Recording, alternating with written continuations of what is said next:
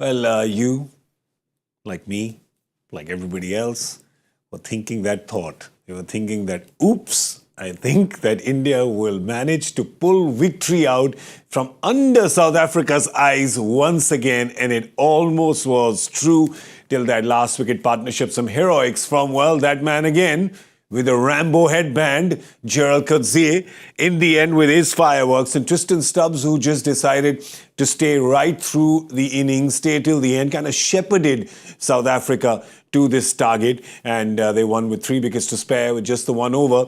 And trust me, well, right now it seems like, 1 over 6 balls is a lifetime in T20 cricket, but this game came really, really, really close.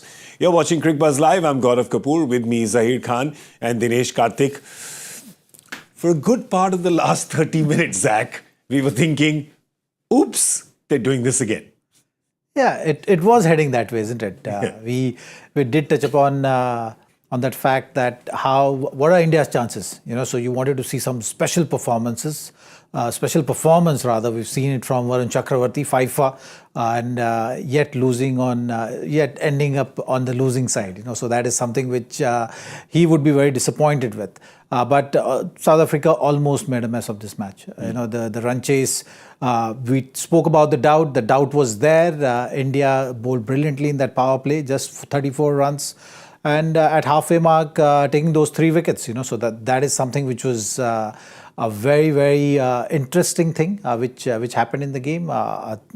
Indian team should take a lot of pride in that. Yeah. That they stayed in the game, they created that situation from where they could have won the game. South Africa, they held their nerves in the end, is what you have to see. And they managed to secure the victory. But a lot of positives for India. Yes, DK, let me get your reaction first on what has happened in this game. Didn't see that coming at all. Terrific game of cricket. I think India did very well to hang in there. In fact, I should say South Africa did very well to hang in there. It felt like they were way behind the 8 ball. But towards the end, I think it was Gerald Coetzee. When a middle-order batsman like Tristan Stubbs was batting today, you could see his rhythm was not at his best. He was trying for boundaries, not getting it. You need someone to come and give you that impetus, a bit of a shot in the arm, and that's exactly what Gerald Coetzee did. Brilliant batting from him, well backed up by Tristan Stubbs, who took over at the end and showed his class. But again, just like what Zach said, I think India have a lot of positives to take home with the way they bowled and with the way they fought this game. And we'll get to that batting effort, but I just want to talk about one person. We spoke about that one person in the previous game as well. DK's dear pal from State and Club, Chucky, Varun Chakaravarthy. My God, he was... I said this to Zach in the comm box. Today, he was like a book in Latin because the South Africans just could not read him. I think he's always had the skill. He has the variations.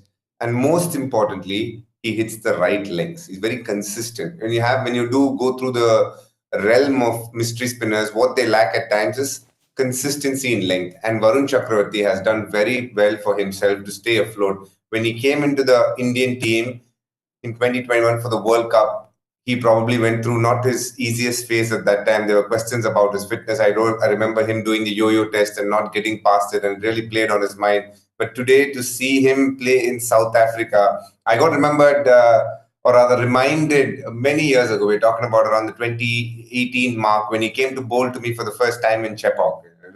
He came in as a young guy who's acted in a movie.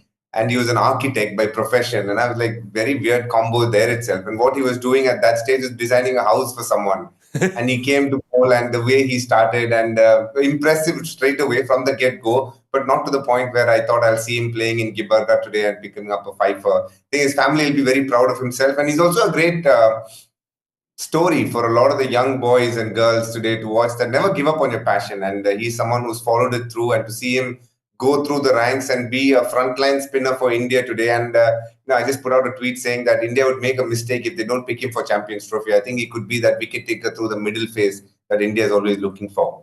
It's so interesting. At 18, he was designing a house for somebody, and And these two games with the ball in hand, he's been safe as houses. And not just safe, but also attacking. And today, Zach, do you think that the game changed actually two ways? One, the game changed in India's advantage and then back to South Africa, basically when spin came on and spin went away. Yeah, it tilted towards India because of Varun Chakaravarthy. That's the game. That was the game there for India. It was just the perfect spell which India was looking for someone out of all the bowlers.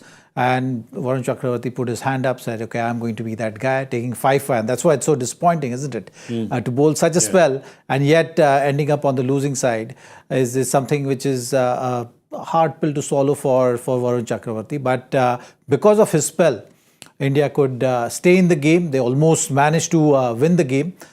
The whole credit goes to that middle phase where Varun Chakaravarthy came on and turned the game on its head.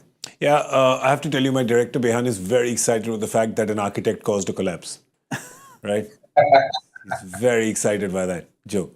You're waiting to get that in, isn't it, GK? I even thought about it and you're waiting to get that in. I really, really enjoyed that joke because, but we got another one, like the middle overs. I mean, Varun Chakravarthy, if you check the land deed of the middle overs of a T20I, it'll have Varun Chakravarthy's name on it because he owns the middle overs. No matter where he plays, DK, and a lot of this has been playing with you. Plenty of cricket that he's played with me, and as I said, I'm not at all surprised by these numbers. I mean, it's in green. It was always in green, and it will be in green for a long time because generally when a mystery bowler comes, in time people try and figure out what his balls are. What are the variations he's got? But with Varun Chakravarthy, the fact that he stood the test of time in IPL under pressure, he's got the confidence to do it in international cricket today, and he's only going to go from strength to strength because, as I said, it's one thing to have variations.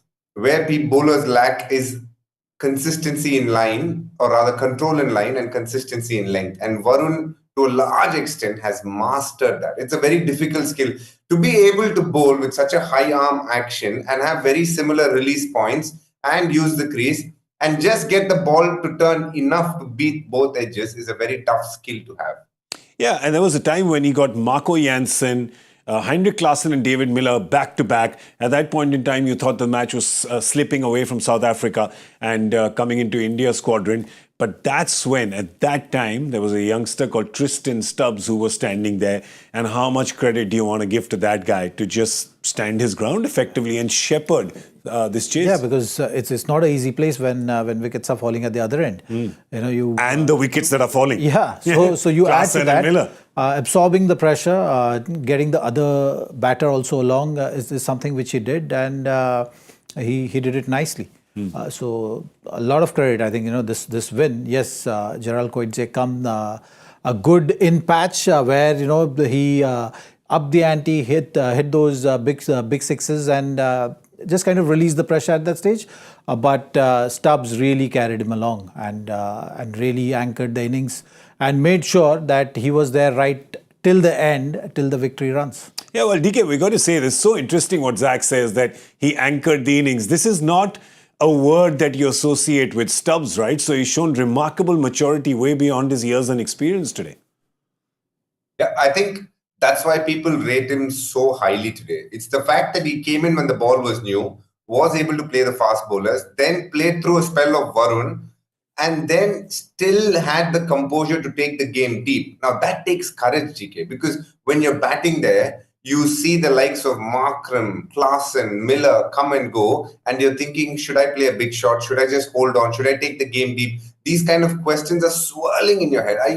And at some point, you're like, okay, let me just try and hit one boundary to ease the pressure. But throughout, he kept taking singles. When he hit that reverse sweep of Ravi Bishnoi is when he got that momentum. But in the innings, the momentum came when Coetzee hit that six of Arshdeep Singh. That's when things changed. But credit to Tristan Stubbs to be there right to the end. Now, if you don't have a Tristan Stubbs, then you're always going to find it hard because you don't have that cool, calm head. And that's what Tristan Stubbs brought to the table today. And that's why he's been, he's been retained. You see, there have been some big names in terms of these youngsters, Dewald Brevis, Jake Fraser McGurk, and they've all kind of lit up the IPL. But he's the one who's been retained. And today he just showed remarkable maturity, especially when he saw that little march past happening on the other end. So such a good point there from Zach. And now we're going to come to discussing my favorite player. He's just been amazing. First game with bat, with ball. Second game with bat, with ball. I know we've heaped a lot of praise on him, discussed him a lot. But Gerald Coetzee, he just continues to impress, man.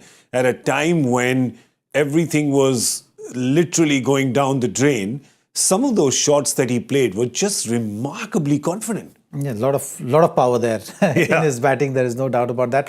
Looks like he's preparing himself to be able to play this kind of a role. He's coming in at a stage where obviously not many deliveries to get your eye in. So you got to practice that way. And looks like he's someone who puts in a lot of effort and time to make sure that he is fulfilling that role. So he's looking to contribute right throughout the game, and that's something which stands out with him. Yeah. We often are talking about him up for the fight. So it's not with the ball only, with the bat as well. He wants to contribute. Yeah, and a fast bowling all-rounder. That's a rare commodity in world cricket, and one that I feel is going to be valued very highly in a couple of weeks, DK. Yeah. I don't know how much cricket South Africa board are paying him, but for sure he'll take a fat paycheck in a couple of weeks' time. I can tell you that. For sure he's impressing one and all. And what I liked about his batting is just the small things. Arshdeep Singh bowling from over the wicket. So he cut the angle by going into the line. Now that takes a little bit of practice. For the normal slogger, they wouldn't be able to understand that. But getting into the line cuts the angle and gives you the chance to go down the ground. And that's something that Coetzee showed today. So he's a thinking cricketer. He's someone who's worked on his batting. He's not just a one-trick pony. So these are all very good signs for South Africa. The fact that you can have an all-rounder who can bat at 7, if Jansen can bat at 7, Coetzee at 8, it says that there is depth in that batting. There is, you obviously look at this performance by South Africa today, and I know that a lot of viewers, a lot of fans could be tempted to say, oh my God, is this the South Africa of old? They always do this. It's kind of in their hand. Do they let it slip away? But I've got an alternate theory. It's the South Africa of new, because we saw this South Africa in the World Cup as well. Just when you thought that it was going down the drain, are they going to be able to hold on? One guy, two guys will put their hand up and take the team through. This is what's going to happen when you play aggressive T20 cricket. Things more often than not can go wrong. But what you need is to recover from the going wrong and have one or two guys who put their hands up. And that's what they've done again today. Do you think that's a fair assessment? This is basically the new South Africa. Well, I think the fair assessment is that when you're looking at that batting order, you often talk about how strong that middle order is. And that middle order is not firing. Yeah. So that's a concern. And that is something which South Africa will have to address. Yeah. New or old doesn't matter. It's about get the win. Yeah, get the win, get the processes going, and live up to expectations. So when you're looking at that team on paper, you're saying yes. Marco Jansen coming at 7, so maybe they're backing these 6 batters. That means these 6 batters have to be very consistent with their contribution. That's the faith which team management is showing on them.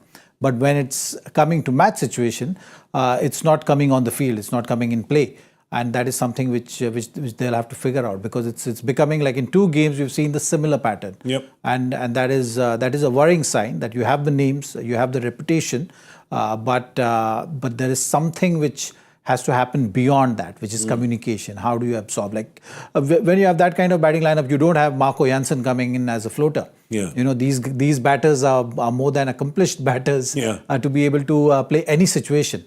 And that's the worry right now. So I think the think tank needs to come together, need to have the right conversations and get things moving. It's a good point, because the bowlers have definitely turned a corner from the first game to the second, but the batting has got into trouble exactly the same way they kind of did in the first game. But DK, it's a good point that Zach makes, is that yes, of course, the rescue effort was staged by Coetzee and Tristan Stubbs, but why are the top order batters letting the situation reach a place where it needs rescuing game after game?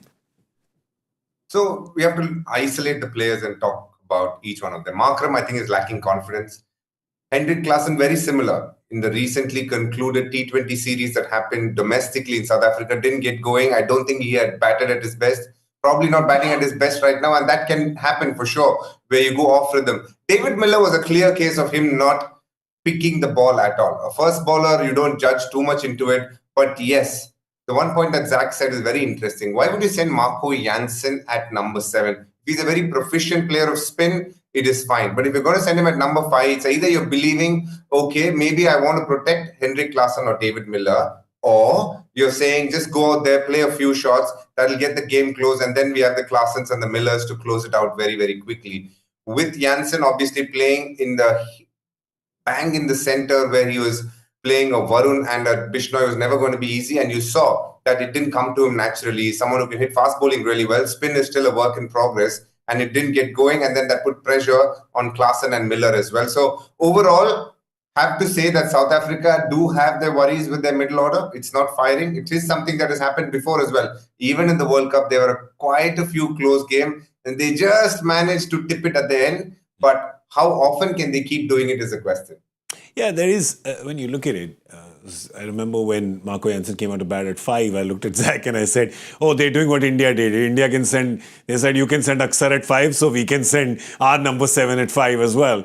But putting that aside, if you had to choose between Klaasen and anyone else in that lineup to play spin, when spin is dominating, Klaasen would want to come out himself. The team would back him. Anybody would pick him. So which is what makes it a little perplexing. No, the question here, GK, is what kind of target you're chasing.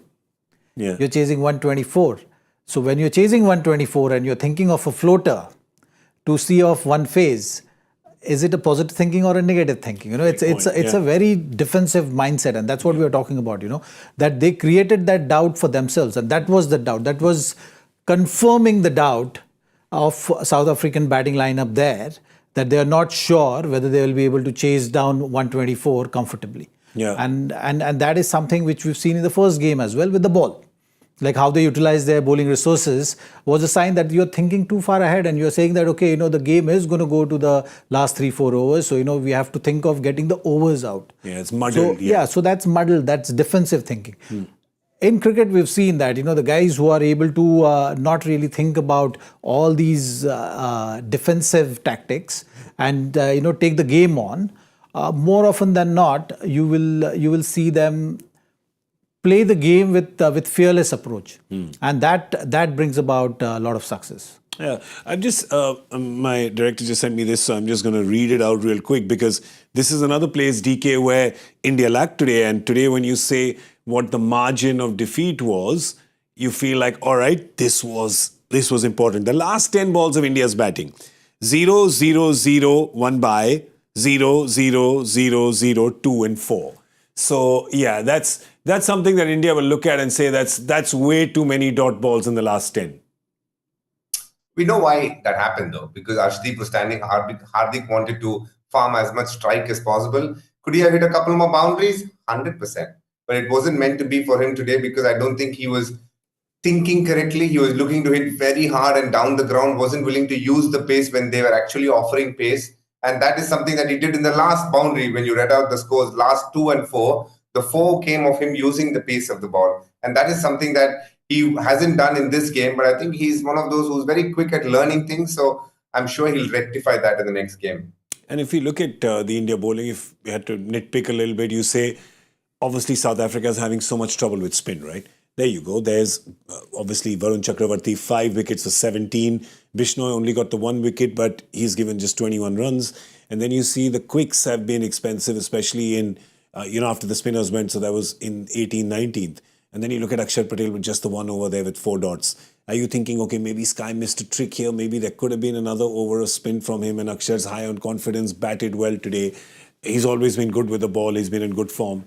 Do you think? No, I think it's a great effort by all the bowlers. You know, you have to give credit to them because India has not lost the game because of bowling. Okay. India has lost the game because of their batting. Good point. And, we often talk about this format, small margins.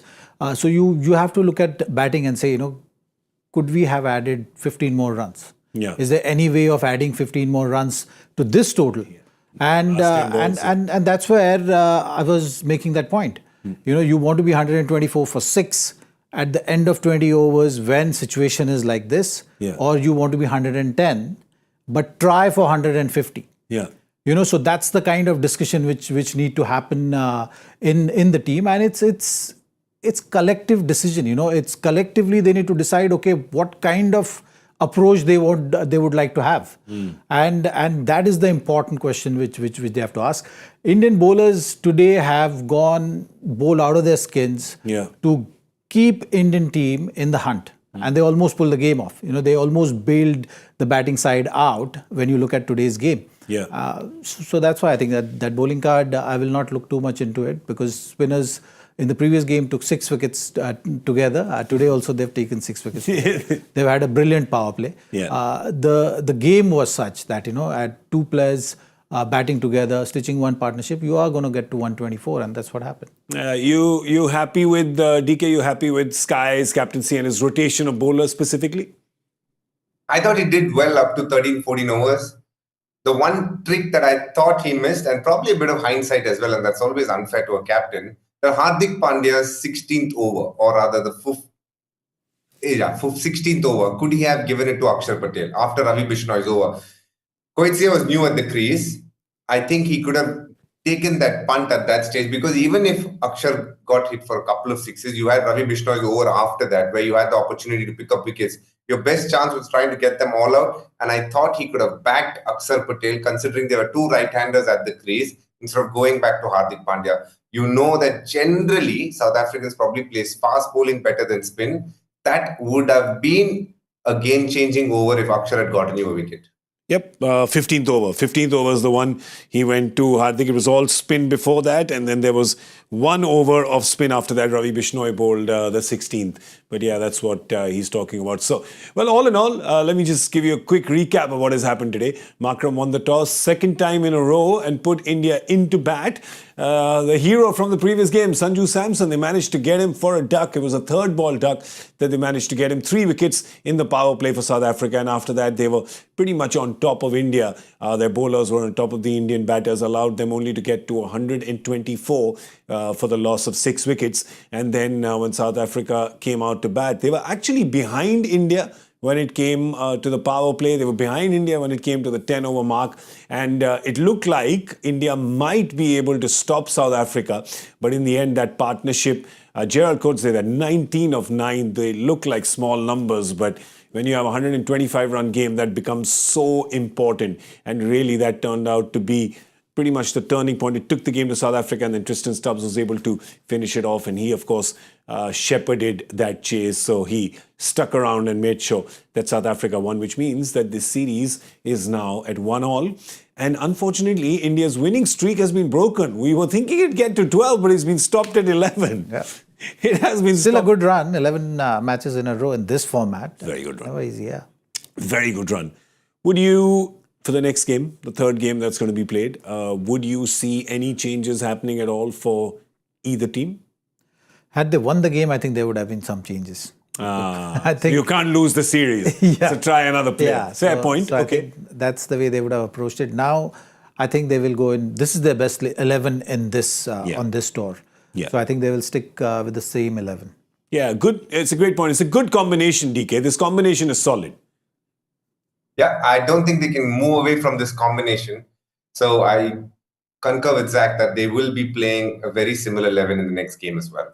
And if you look at the South Africa team, well, they got it right today. They made one change and bolstered the batting. It didn't help because they still lost that top order pretty quickly. But it looks like they'll stay with this DK.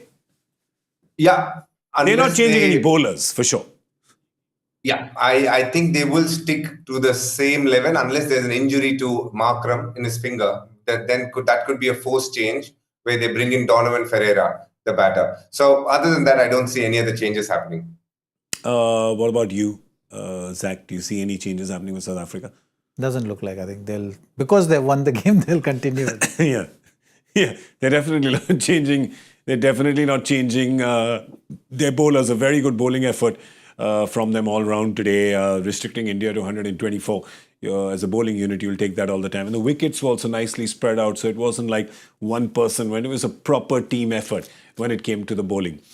It was a team effort here as well when we do our guessing game, but I just want to say that this is the time when Zach and DK will applaud for me because I had said 36 and the power play score was 34. Oh, yeah. Thank you. Thank you very much. Thank you for the claps. Thank you. No one's clapping. There's so... Only for you, GK. Huh? Only for you. Thank you. The problem is the crew is so used to me not winning that they had to check twice that, are we clapping for him? Like, what? Has he got it right? Yeah, it was a 34-run power play. All right, one player to watch out for from each team. From India, boys? Varun, Chakaravarthy. I'll go for... I didn't think about it. I just wanted to just say some name. But I'm going to go this time for Hardik Pandya from India. So Hardik, you're going with Varun Chakaravarthy. Shaki. What a form he's showing. He's brilliant. Yeah. He's looking really good. Who should I choose? I'm going to choose the captain. I think the captain's going to come good in the next game. So Sky for me. For South Africa, a player, Zach? Klaasen. Okay. He needs to come good for South Africa. Yeah. Yep. You, DK? David Miller. David Miller. All right. Now, after all that I've spoken about him today, how can I not say Gerard Coetzee? Right? That's the name that I'm going to pick for South Africa. Did you say that after the last game? I did, yes. Oh, yeah. Yeah, I did. And look at him. Good. It's brilliant, right? He's just, there's something just so special about him. I really enjoy watching him with bat and with ball. All right, the joy factor question, something I don't enjoy watching ever because I never know the answer. But I know some of you really enjoy this, so yeah, we'll just do that for you. If the first is a West Indian captain, the third is Sri Lankan, followed by 2 Australians, who is the last on this white ball list? My first question to you, DK, is what is this list? I have no clue, you know. I seriously didn't. I don't think if they tell me the answer also, I'll know what it is. Okay. Do you? No? Pass? The white ball list. It's a white ball. That's good. I like it. It's a white ball list. All right. Let's see what the answer is. The answer is Travis Head. Centurions in the 50-over World Cup final. That's interesting. So one of the Sri Lankans is Arvinda de Silva. Right? Yeah. Ricky West Indian has Vivian Richards. Viv Richards or Clive Lloyd? I think Clive Lloyd. First West Indian. The first on the list is a West Indian. So that would be Clive Lloyd. King Viv didn't get 100, right? So it was Clive Lloyd, Arvinda de Silva. Anyway. No. Ricky Ponting, Australian. Travis Head. Gilly. It's 2 Australians. Yeah. Yeah, Gilly there as well. So Travis Head, of course, in... I don't know, something happened 19th of November 2023. I don't know. It's blank. I have no idea, apparently. All right, let's see who got it right. Our winner. Do we have Arvind? Is this Arvinda de Silva? Could we? Arvinda, AKT champ. You're a champ today for sure. So congratulations to you. Good to see this leaderboard with new names. I've never seen this name before, so I guess you're new to Joy Factor, and congratulations on winning. There is no prize, but there is applause from all of us. Well done. As you can see, even the applause for the Joy Factor answer is very subdued because they have no idea what's going on. Right. We know what's going on now. It's time to wrap it up. We're going to see you on Wednesday now. So there's a 2-day break. We're going to see you on Wednesday. And now, does anyone want to guess what time that game is? They keep changing it. It's back to 8:30. You say? I think it's back to 8:30. 7, you counted it 7 times. Now 8, you're going to count it 8 times? Yeah, it's back to 8:30. 8:30. 8:30 is the game. 8 o'clock we go. We'll be live at 8. Yeah. 8 p.m. IST. DK, note it down. Yes. Write it on the wall behind you next to your name. Where's your name? It's not on the wall behind you. You changed walls. We'll speak about it next show. Now, it's sleep time. It's sleep time. It's like, if his name is not behind him, it's like, does he even know who he is? Where is it? He'll be back in front of the wall with his name on it at 8 p.m. on Wednesday. We'll see you then. A big thank you to Dinesh, Karthik. Thank you so much for joining us. A big thank you to Zaheer Khan. Thank you for joining us. I'm Gaurav Kapur. You were watching Cricbuzz Live. From our entire crew and me, it is good night. We'll see you in a couple of days.